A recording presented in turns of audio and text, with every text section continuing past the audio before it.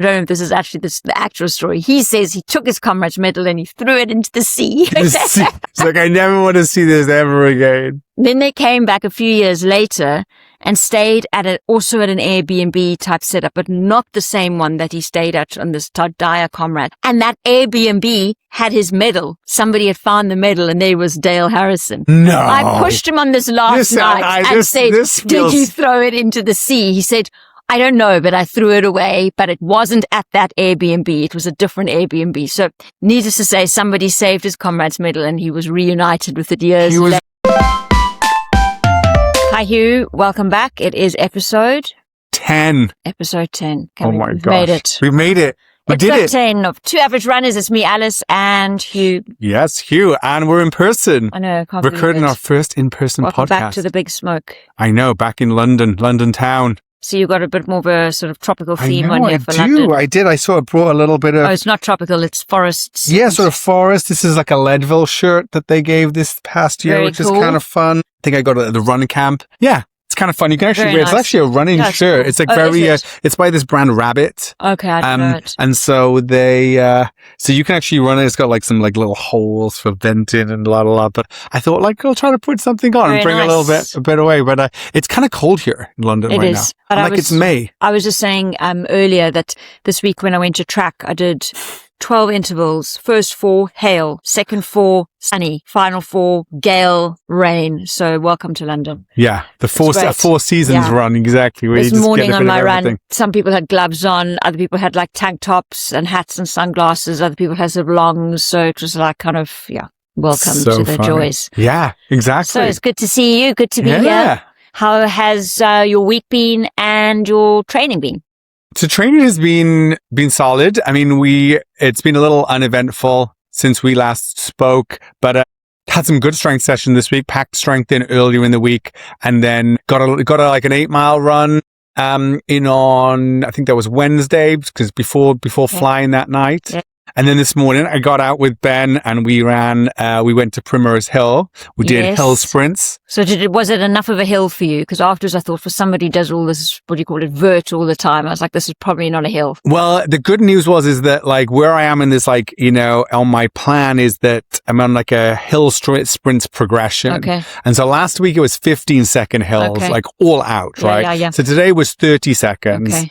And so the hill on Primrose Hill was kind of perfect. Okay, good. Because it was just like the steep bit from the sort of main bottoms was by basically 30 seconds each time. Okay. And so like I think next week it's up to like maybe a minute. So this probably wouldn't have worked it would be, so it actually worked out perfect. Oh, brilliant. But it was kind of fun. And there was some other random people out there doing some hill sprints there, which is kind of cool. And it's got some great views there. Yeah, it does. You can see the city nicely. And what about your week in general? Week has been generally good.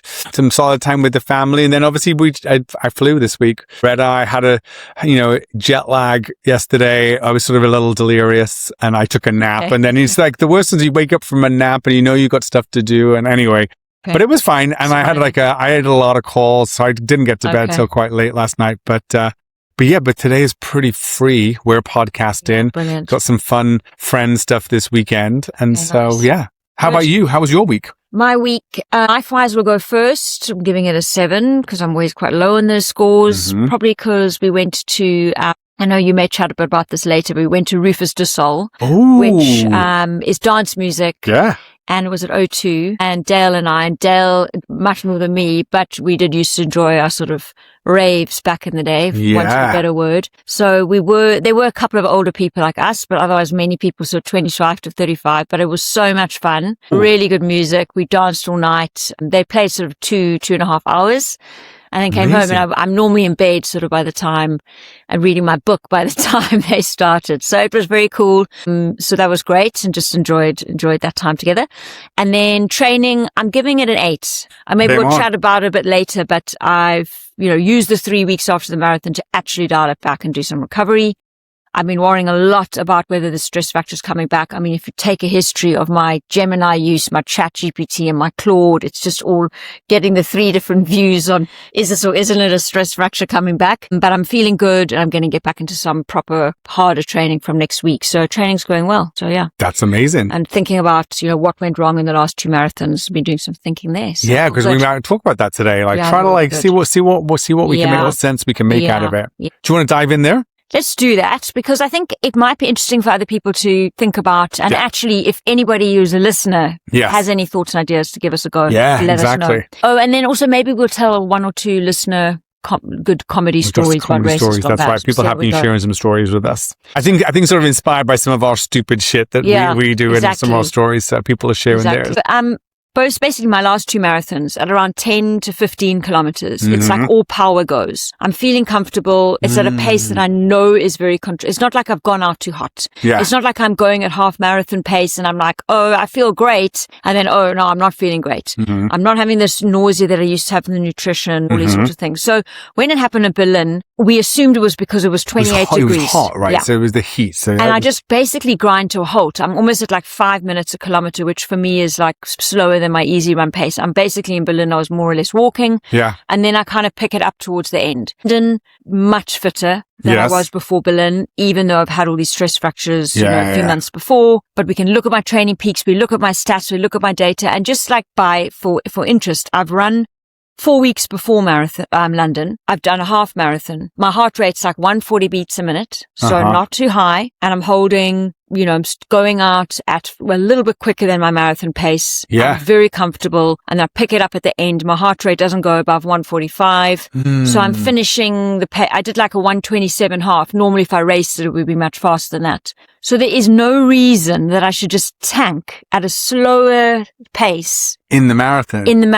It's not like I'm tanking at 32 Ks like everyone you're not else. Hitting the wall. It can't be the wall. And this time in London, I also, when I had 10 Ks to go, I started to get faster. So I went from like 4:50 5-minute splits to 4:20. Okay. And then I finished off much stronger. But when I look at it, my heart rate on the start line is 160. 165. On the start line? Yeah, as I'm starting. And when I did my warm-up, which I don't know, you haven't done London, have you? No. Okay, so it's all these fields at Green, what's it called? Greenwich. Yeah, Greenwich. All these fields. Greenwich. And they're all Greenwich. I'm like, what's that place called? Give PTSD. But you can't really warm up brilliantly. You're jogging in your carbons on you're in your fast R3s going in circles on the grass and up and down. And so you're going at like 6 minutes a K. My heart rate was so high. In the warm-up. Yeah, and the same thing happened at Berlin. And so if you look at my heart rate on my Garmin, and the stats afterwards, it's so high at the start and then it just drops. And then it never really picks up a little bit at the end when I'm just deciding. What do you think's going on? So when I spoke to my nutritionist, she said, I think that this is anxiety. I spoke to my coach and she said, because we've wondered, is it the taper? What is it? Is it a nutrition thing? I'm getting 90 grams of carbs in an hour. Okay, not as much by the end, but I'm getting a lot in. It was a bit warmer at London. I mean, we can't call it a result. I did feel a bit thirsty, but I think I've got so much stress going on at home. I think that I've put myself under so much pressure because I know I can run say sub 3. Yeah. For whatever reason, even subconsciously, I think I'm just like totally overly stressed and my brain is reading this heart rate at like 160, 170. I'm nearly maxing out in my first few Ks. Yeah. Even though it feels easy. Yeah. I think the brain is then going, you're dying. We got to dial this back. You're going to die. Yeah. So, and suddenly it's like I just lose everything. I'm not cramping. I'm not short of breath. My muscles aren't burning. I'm not pushing. It's just like, so, and then I read some posts today and someone was saying you can get this kind of CNS, central nervous system overload if you've been overtraining. I don't know if I really had that because I'd had to balance things this time around because of my return from stress fractures. But I messaged the guy, who's a physio and a run coach. I said, same thing's happening to me, but I don't think it's like I'm overtraining or mileage. He said stress and anxiety can be a big, big thing. My coach is thinking that I run nearly a marathon distance between now and Chicago is probably like the worst. Probably most people would say, no, don't do it. But to at least try and get a 3:03 or 3:04 to kind of show yourself like you can do it or something like that, because I think it's the build up and on the start line. And I feel like, I don't know if other listeners have this, I feel like I'm 47. I want to run sub 3. If I don't get in London, then I'm going to have to get in Chicago. If I don't get in Chicago, it's like just building up. Building too much. Yep. Yeah. And I don't know, on the background of just struggling with anxiety at the moment, if it's just like I'm just so overloaded at the start that it's almost like I just need to just stop, have a break, have a coffee, and then start. That's almost like the feeling I had. Yeah. Weird, hey? Yeah, that is kind of weird. Okay, so I think I like this process of elimination, because this isn't the sort of 30K mile 18. Exactly. This isn't Everybody the bonk. else. This isn't the bonk. This isn't the wall. It's interesting. It's like this idea that the heart rate's so high, particularly even like in the warm up. Yeah. And then it makes sense then if that super high heart rate early on, even if you're not actually going that fast, even if you're not actually pushing, because you can go out too fast and then obviously have that. Yeah. But then that's really interesting. It's almost like then the body shuts it down and eventually you reset and then you can push at the end. It said, when I read it, it's called, there's a South African guy called Tim Noakes who wrote The Law of Running, but he's also been very controversial. He has been nutrition. very controversial. He wrote about, called it central governor theory. I think all it is the brain saying we are shutting down the kind of neuromuscular coordination you need. It's really unknown. No one really understands what's going on there, but it's a pretty cool model, the central governor. So I don't know if it's something like that. Yeah. Or I'm just not fit enough, but it doesn't make sense. To me, it just doesn't make sense. So I like this. Okay. So this is kind of cool. So the things that come to my mind are, and I think so we talked in the last couple of episodes about Cocodona. And so now you're starting to see sort of like the post-race interviews and podcasts and stuff. And I've listened to a couple where they were almost talking. These are sort of, they're technically they're pro. Jeff Garmire is one guy I've been listening to, and he has a podcast called Free Outside, and he was top 10 this year, and he's been top 10 every time I think he's done Cocodona. And he's famous as a thru hiker. He got the fastest known time on the Appalachian Trail last August. I think the self-supported. And so and I think it was him, and then I think also it might have been someone else, like saying that they worked with like a mental performance coach, right? And so and I think that's a really interesting one about like thinking about, and in his case, there was this idea of thinking about mantras. He came up with like sort of 3 words that became like an acronym that he remembered, PCT, and he's hiked the Pacific Crest Trail, but I think for him it was sort of presence, community, and I can't remember what the T was. Trust in himself. So I think there's an interesting mental game. The thing that comes to my mind is breathing. What can you do to like maybe in a moment of stress to practice bringing the stress down? Well, the breathing, you're supposed to do longer out breaths. Yeah. So I've actually been trying to do that like in my day a little bit more, because I also know my HRV had been quite low for quite a long time. So I think maybe some of it was training, but it also could just be like personal stress. Yeah. So I've been working on a lot of breathing now. I'm also, I don't know, do you ever have this when you go out for your run, when you start your run, your heart rate's quite high at the start and then settles?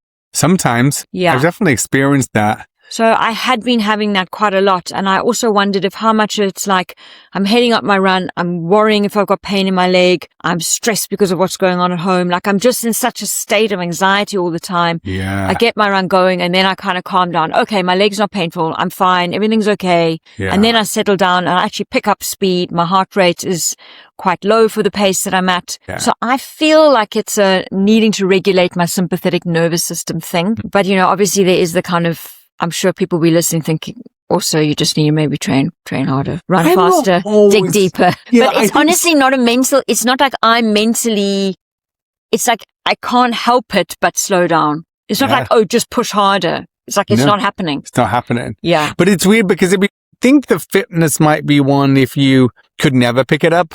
That's why it's sort of like this, the fact that then it can come back and then you can finish strong. Yeah. Sort of, that it belies the idea that like you either going too hard and you're totally overcooked and like, it's like, then like you fall off a cliff and there's no recovery, right? Because it's not bad. Also, wouldn't you think, this is my argument, if I was running, this happened to me at 25 kilometers. So like after that half marathon distance, then you could say, you've overestimated based on your half marathon. Yeah. But for it to happen well before that, I was dying. At halfway, I thought I'm going to lie down the road and just wait for someone to pick me up. So there's a couple of interesting things there. The one about the taper. Like tapers are weird. Yeah. Some people need to taper less. Yeah. And I don't know if I tapered too much. Yeah. And then you're sort of almost ready. too, and maybe to combining with your like life stress, that there was almost like too much restless energy. Something like that. My coach thinks that we'd over taper, but because remember I had that pain coming back on my leg, I had to bike. I know. I think that's fine. I mean, that's life as well. Exactly. Yeah. So I think, you said something there, which I think this could be kind of cool for our listeners, which is there's this idea that, of trust in yourself or self-trust. And when you know what you can do, then you sort of like being able to repeat it, sort of having confidence coming from what you've done in the past and being able to sort of extend. So it's not like blind belief. So like, I think we talked a bit about belief with like the two guys who went under 2. I think what things often add up is like they did all this stuff in training. Like they've done these things. They often might have known what they have run, to then have that belief for when they're going for race day. So this made me think about it right now. There's a famous book for our listeners, called Once a Runner. Have you read Once a Runner? I don't think so. I think you recommended it to me. And so and Once a Runner, it was set in sort of like the 70s at a fictional university in Florida, called Southeastern University, which I think was modeled after the University of Florida. It's in a town that's modeled after Gainesville. And I think it's kind of a pretty seminal work about like, a young athlete training. He's a miler. Okay. Right. And some parts of the book haven't aged super well because it was set in the 70s. But overall, it's one of the ones, it's where the concept of the trial of miles is described. Okay. This idea of just like, just putting in the training day after day and sort of callousing everything from the mind to the body. And this idea that there is no secret. The secret is like removing the rubber from the soles of your shoes molecule by molecule. Like I run a lot. But there's a moment in there where he hasn't broken 4-minute mile. Okay. And obviously there's a big race eventually coming up, which is sort of the pinnacle of the book. But there's a point where he ends up breaking the 4-minute mile in training on his own with his coach privately. They go out one time and do it. And so it kind of makes me think here, there's a moment of like, you actually, ironically, are only doing these like really big city marathons, which have like, London was weird because you were at home in the sense like you could sleep in your own bed, but but then there's this expo the day before. There's like you have to get to the start line so early because there's a lot of standard. You can't do a warm up as you normally do. So like none of the things are actually, and that's fine, but it's like, and then you're putting all this pressure to like do it. I think it could be kind of fun to go and just like do a training one. Do you want an idea? Do you want an idea of what I think could be really cool? Yeah, you give me a go and then I'll tell you what I was thinking. Okay. Well, what I think is a really cool thing to do, and you'd have to figure out here is running along a canal. Okay. Okay, so I did, back in Wales, there's a canal called the Brecon to Monmouth Canal. Starts up in Brecon in the Brecon Beacons and goes all the way down to Newport. And as a canal, if you think about it, and that's basically going from high to low. Okay. So canals have locks. Oh, yeah. But most of the time, it's pretty flat and then there's these just little hills there. Yeah. So I ran a 50K, 30 miles, point to point from Brecon along the canal. Yeah, point to point is nice. So it's nice. It's a point to point. The scenery is always slightly changing. In the canal there, it was like hard packed towpath. Okay. So it's like road, but not like, but not like pavement.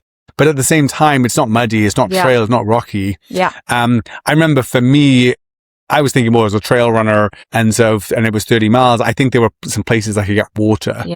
But I think like something point to point could be kind of fun. It could be, except what I was thinking is because I'm going to, even if I don't go sub 3 and at least go 3:05 or something, just to be like, actually, you're basically there. I had 2 ideas. One was find a total random, one of these run through UK events, random marathon, and go and do it where there's like 10 of you and there's a few grannies on the side clapping. But I couldn't find any in a sort of decent time frame.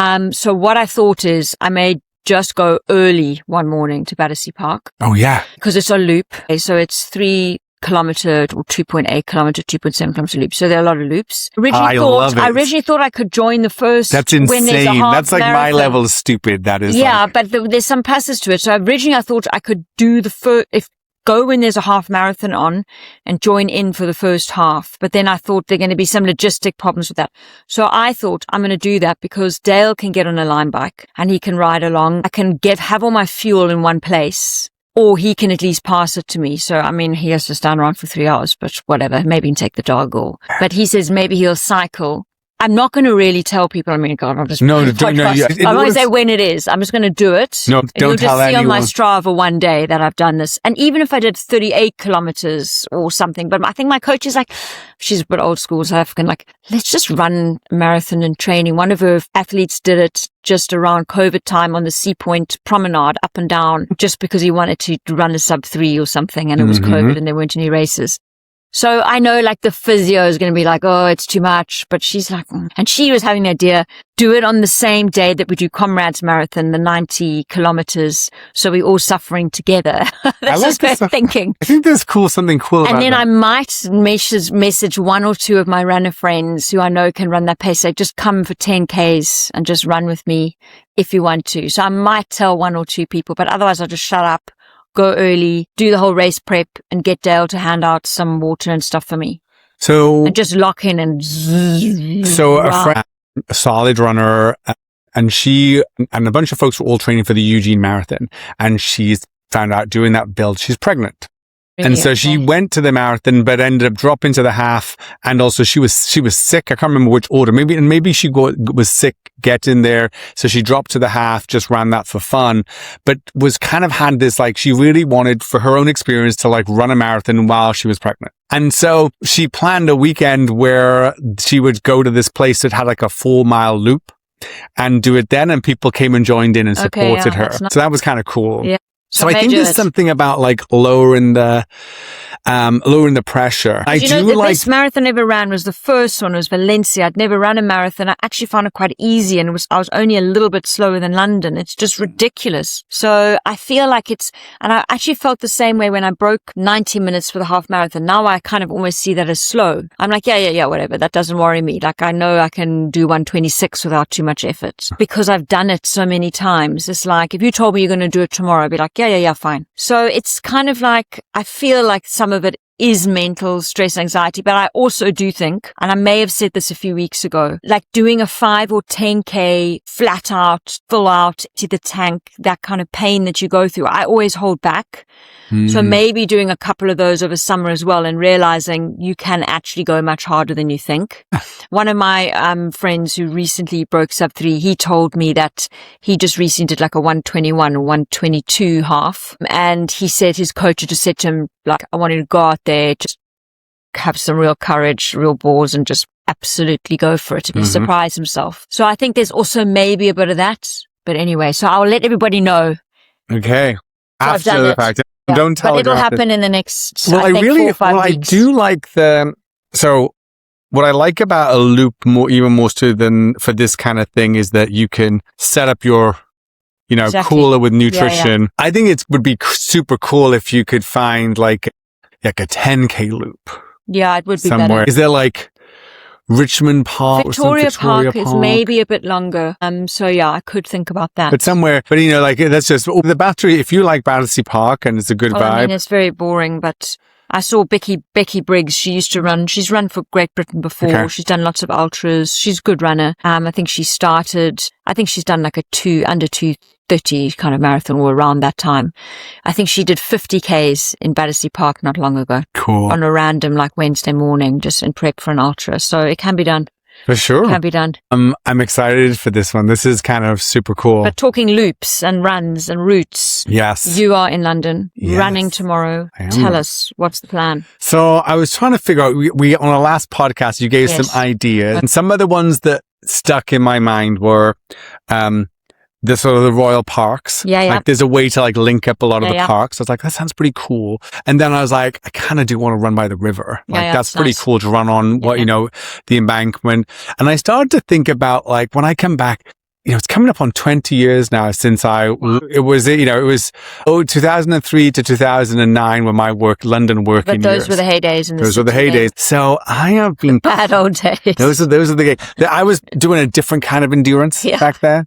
The ultra started at like 11 p.m. at night and went till 7 a.m. There was a lot of dancing. There was a lot of cars. I mean, back then we didn't have the watches that were, it'd be kind of funny. If only not just the step count. Imagine just putting the Garmin on. Yeah. And when you think about what your heart rate was like back then, and those thousands of calories, the heart rate was not like our low Z1 endurance. It was like, we were dancing for hours, but who knows what the heart rate was doing back in those heydays when there was alcohol and everything involved. So it's kind of, so I was thinking about like a sort of a trip down memory lane, and trying to sort of see hitting some sites, not just that and taking a picture, but just for me, just to sort of experience. So for example, how I'm trying to craft it there is like we had so many fun times going to this nightclub called The Cross. Okay, where is that? King's Cross. So it's King's Cross, and they have these. King's Cross has changed a lot. I don't know if you've been there, but it's like major development. Well, this is what happened. Sadly, the nightclub it was always quite dodgy. It was super dodgy. But they had these arches,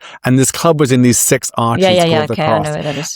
And then they redeveloped it. I think it's a shopping centre now, probably. and whatnot. Probably like a Space NK or yeah, exactly. So I thought like I could maybe run past there. And then some classic, like I used to work on Fleet Street when I worked at Goldman Sachs. I was going to say, are you going to go past Goldman's? I'm definitely going to go past Goldman Sachs. And like, there's like, I always like this sort of like seeing some of the pubs that I used to like, you have like the old Cheshire cheese. Yeah. And I always love that sort of run up towards St. Paul's, which has a little bit of a Rocky feel into it. Like where Rocky's running up the steps in Philadelphia. But it's like, so you went up to St. Paul's.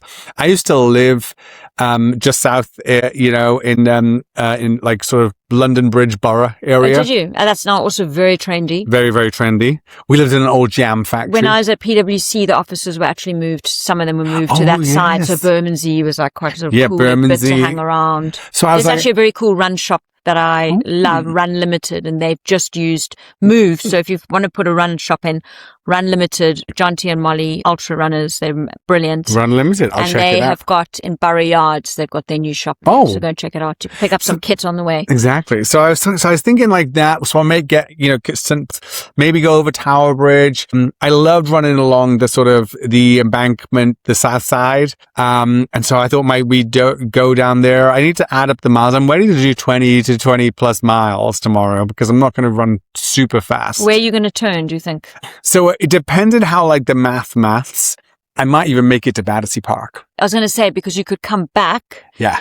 If you're going on the South Bank and then you head Vauxhall way. Well, so my idea. And then you get to MI6 or 5 or what the hell ever it is. Yes. It's actually, have you been to Battersea? You probably haven't, but the power station's been redeveloped. No, that's what I wanted to see. So I was thinking if it works, past MI6, past the power station, Battersea Park, then cross like Albert Bridge or whatever, down King's Road. Yeah, that's nice. Some memories of days gone by then. And then I can actually take that to then past Buckingham Palace, dip into St. James's Park, past Duke's Bar Hotel, which is where we used to go for martinis back in the drinking days. Yeah, I think it's quite an easy loop up from Battersea, up through Chelsea, past the Lister Hospital to Chelsea. I often go that way and you can land up in Hyde Park. Yeah, exactly. Yeah. So I've got sort of an idea. Is this when you're doing this? Tomorrow? Tomorrow, yeah. So how many Ks, miles? So at least 20. Miles. 20 miles. Yeah. All right. And then, I may let it, like, I'm going to map it after this. I made a list of the places. Yeah, I hope you take lots of photos on the way. Well, that's the thing. I thought I'd take a bunch of photos. And so from Hyde Park, so I think I can do it where I can get St. James's Green Hyde.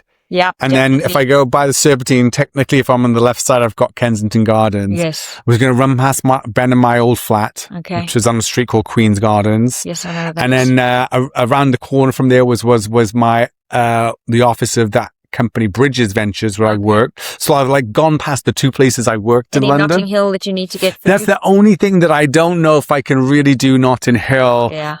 Is like, because I then ended up living in a really cute area called Kendall Square, and there was a pub called the Duke of Kendall. Okay. So I think I can do that and sort of then head back up. So do you think any one of these pubs are going to recognize you? I mean, it's going to be too early, but yes. Yeah. It's like, it's interesting. Water. Exactly. And then, yeah, so it's kind of funny if I That's can. Fun. So anyway. That's fun. I'm looking forward to that for you. That's going to be great. Yeah, so I figured it would bring back some memories along the way. And what a different time. I mean, I think it's kind of funny to think how what we do now versus what we did when we were younger. So yeah, exactly. No, very cool. I mean, I've obviously lived in London on and off for quite a long time. Mm-hmm. You can get really caught into running your own. I don't know if what you like back at home, just running the same route the whole time. But it's nice to branch out and do something different. Oh, yeah. Especially if you're not worrying about your paces too much. Yeah, exactly. So it's good. And what's amazing here, I had sort of forgotten. there's so much more daylight. So in San Antonio right now, I think it gets light around 6:20. Yeah, it's light here. 6:30. Here it's not light at 5. Yeah, but it's only now because it's summer. Yeah, but it's nice. So it's like, I think I'm going to start at 5, to get it all, to give a lot of plenty of buffer. Okay. But that means there's like, first light, it'll be kind of fun. It's going to be amazing. Yeah. So we'll see. Brilliant. What else on your mind this week? So what else is on the mind? I mean, I think I'm still, I think I need to put in for the lottery for Cocodona. I think that's you're going to go for it. I think so. I think like there's something speaking to me about like the idea of the challenge that is more than 100 miles. And it's interesting. There is something, it comes back into what you were saying with the marathon, and if you know you can do something, there can be fun, but sometimes it's like, having something like, I don't know if I can do that. Like that's like such a fun challenge. So there's something about, it's like a different type, but I think I can as well, but I don't know. But do you have to qualify to get in? They can't let... For Cocodona, no, but it's a lottery. So it's so I can put in for the lottery and then I sort of leave it up to the lottery gods. But surely you have to have shown them you can do certain things before. Can anybody go in? I think anybody can go in. But I think I have enough. I have enough in what I've done to have qualified. But yeah, so I think it's mainly just the lottery to get into this particular race. So I think there's that. And then I'm still on the lookout for that backyard ultra we talked about. You're going to do that here? I think so. Or are we going to host our own?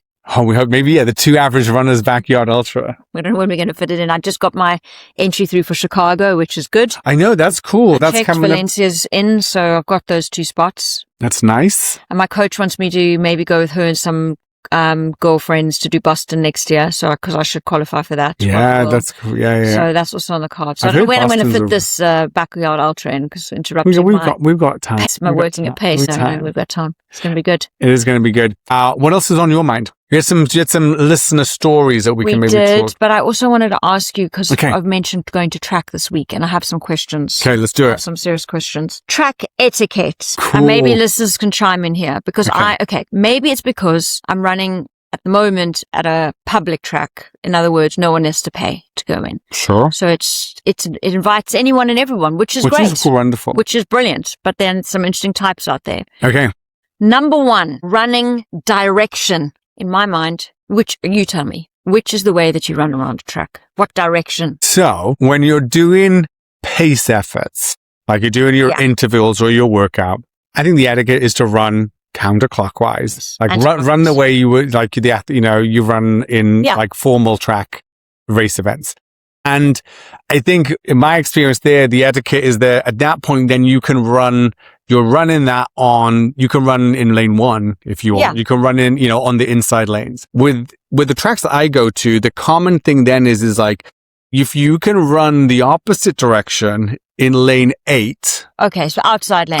The most outside lane. But can you run counterclockwise or anti-clockwise in the outside lane? Generally, everyone runs clockwise in the outside lane, right? So, like you think you can go the other direction, but only in the most outside lane. And that's like if you're jogging along. That's like people warming up or cooling down afterwards. That's fair enough. But what I have a problem with, people aren't nuking it in the outside lane in the wrong direction. Coming out. Okay, I feel like I'm nuking it. I'm obviously not, but I'm in lane 1 or 2. Yeah. And I'm sort of coming through the bend into the back straight, and there's some guy coming the other way in lane 2, jogging along, looking at his phone. Now, you see, for me, this is not track etiquette. Yeah, I think they're looking on your phone. Like this is poor, bad form. We do get a lot of people going the other direction. And then my physio had once said to me, because of my problems with my leg, you need to also run sometimes the other direction. I'm like, I just don't feel able to go against the currents here, but maybe on the outside. Okay, so that was my first main question, was that.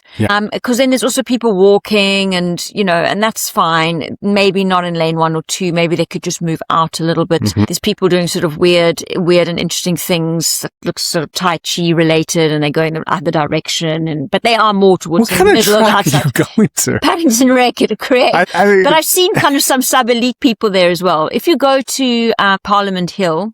Okay. you do have to pay to go in. It's the home Where's that? Highgate Harriers. Oh, Highgate Harriers, well, it's okay. on Hampstead Heath. Yeah.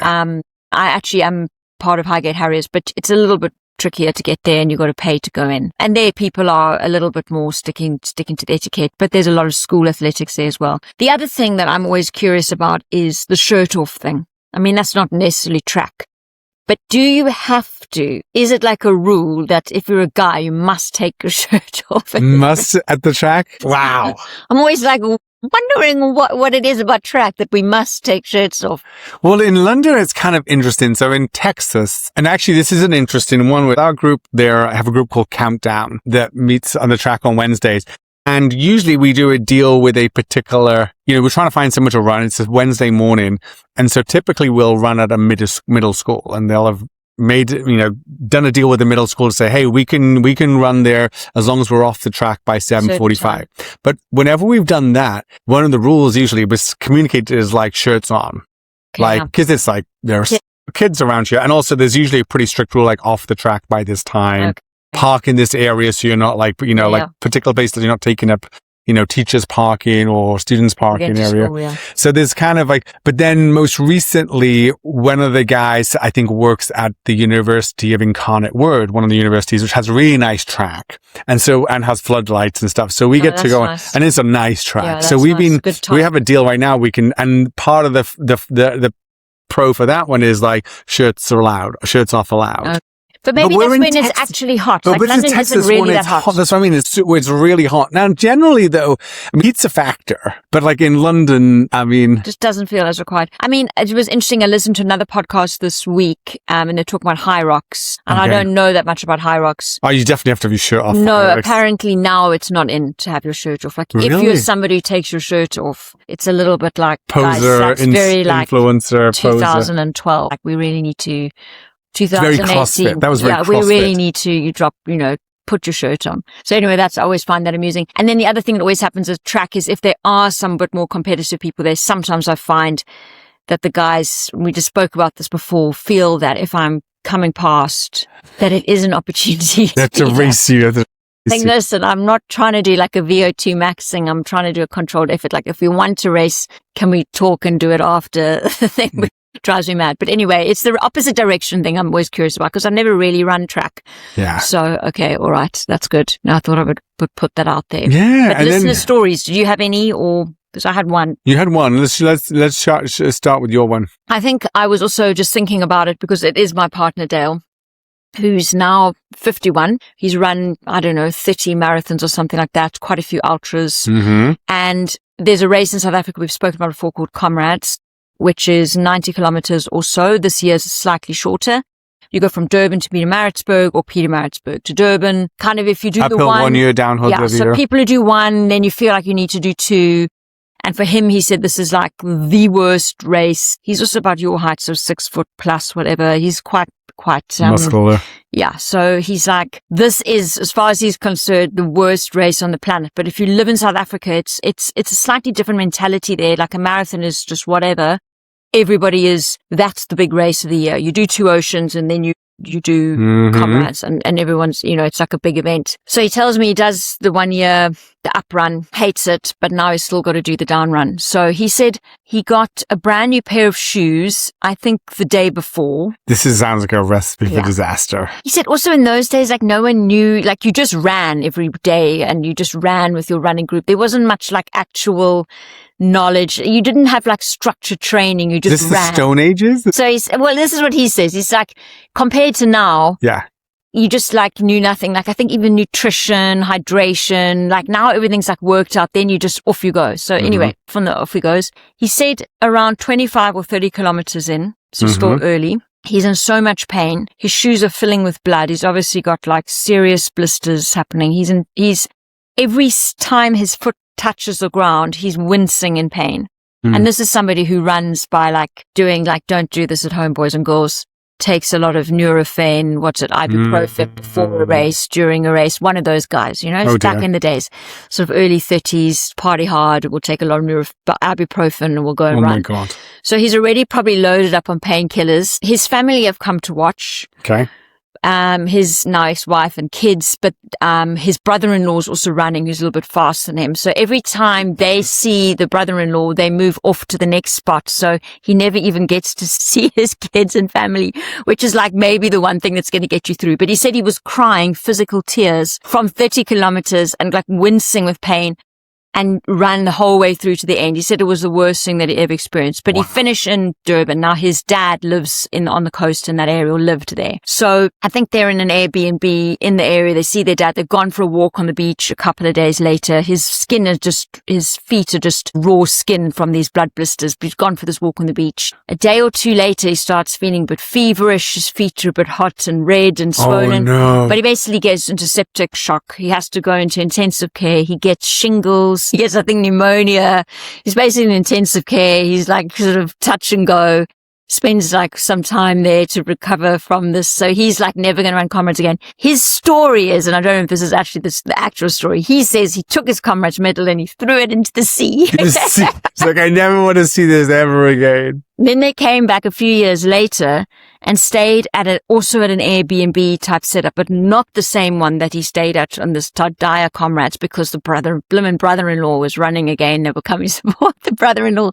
And that Airbnb had his medal. Somebody had found the medal, and there was Dale Harrison. No. I pushed him on this last night and said, did you throw it into the sea? He said, I don't know, but I threw it away, but it wasn't at that Airbnb. It was a different Airbnb. So needless to say, somebody saved his Comrades medal and he was reunited with it years later. Did he take it back? He did take it, but he's still, if I even mention it now, he sort of goes red and sort of looks sort of horrified. So that's for him is his like worst race ever, but basically don't get a brand new pair of shoes the day before.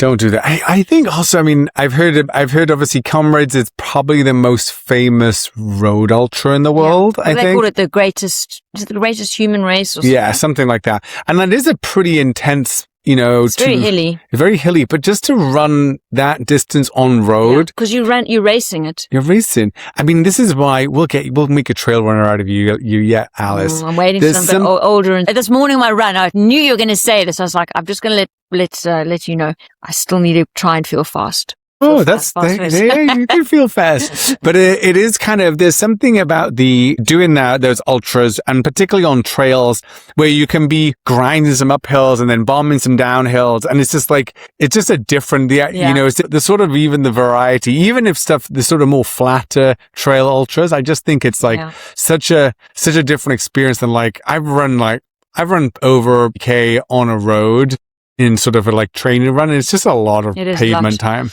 I think that I've spent a lot of my years, we've spoken about this before, hiking in Cape Town.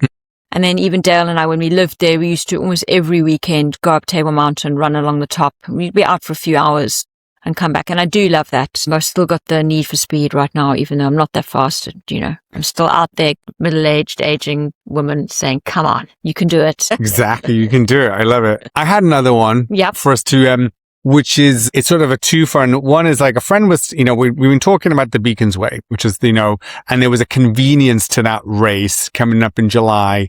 This is in Brecon Beacons. In the Brecon Beacons. Yeah. And for me, the thing that was, I've run it before, so it doesn't have that allure of the challenge. What was alluring was like, it's a cool race to do with some vertical that is, and the assumption being that we've already done our move, we're sort of settled, we're running, but it's like something to have on the calendar. But I don't know if we're going to be back in time, and certainly not sure how settled and all those kind of things.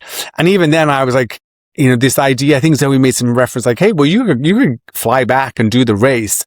And at that point, like, just that idea was not appealing. Like, this did not feel like this is get on a plane to, and also these races are hard. I kind of want the family there because it's like, there's having that, like Dale was saying there, like having that encouragement of like when you're going to see crew or some friendly faces or whatnot. It makes a big difference. Also readjusting, and then what I realized is then, well, it's just on the case if we haven't done the move by July, which hopefully we have, but if we haven't, a good friend of mine is spending July with his family in Silverton, Colorado. Okay. And so there's this, there's a famous race there each July called Hard Rock, the Hard Rock 100. And it's like one of the most mountainous ones. It has a long cutoff time. Instead of like a 30 hours for Leadville, it has 48 hours. So it's more comparable to UTMB in terms of the vertical and the amount of time, but it's very high altitude. And apparently it's stunning. It's in the San Juan Mountains, but it's impossible to get into because they only have like 270 spots each year. And so I have a friend who got in, but this is his like 10th or 12th. He's been trying to get in for maybe 12, 14 years. It's like one of those, like, anyway, there's a thing that people often do and they call it soft rock. So it's not hard. And so you basically do the whole of the loop, but maybe do it over like 3 or 4 days. And so you sort of like go in a day and you stay there because they're different towns, stay in a town. Or maybe there's one place you might have set up a tent so you can sort of crash in the tent, but you basically sort of like a 3-day adventure.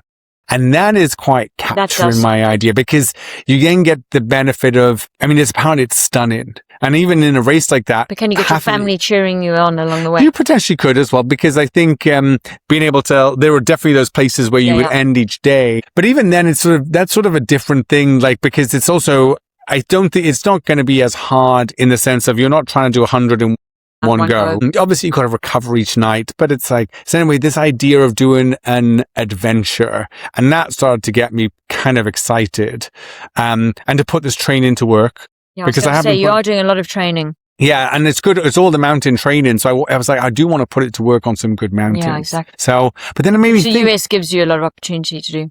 It does. And it's interesting because it's like so many of these things we don't get to, it's so hard to permit in the US. That like almost some of the most beautiful, stunning places to run, there is never going to be an organized race there. So it needs to just be a personal adventure, you know, that FKT idea, even if you're not going for an actual fastest known time, but like some known routes. But are there any adventures that you have that of like things that you'd like to do that are outside of this sort of organized race? Well, it sounds very lame, but I would like to do 3 Peaks Challenge. Okay. Because I've never done that. In the UK, yeah, I mean, that's like a bit of a basic one. Maybe do something in Europe. I sort of look at the mountains and think I wouldn't mind doing something like that. Maybe even go to Cape Town and do one of the, what do they got there? UTCT or one of those. Oh, yeah. My sister and my brother-in-law, quite a lot of people I know will do those. And they've got different distances. Yeah. But maybe something like that here. So maybe I could look at Wales. Right. So yeah, we'll see. We'll see. Cool. Anything else from you this week? I don't think I have anything else to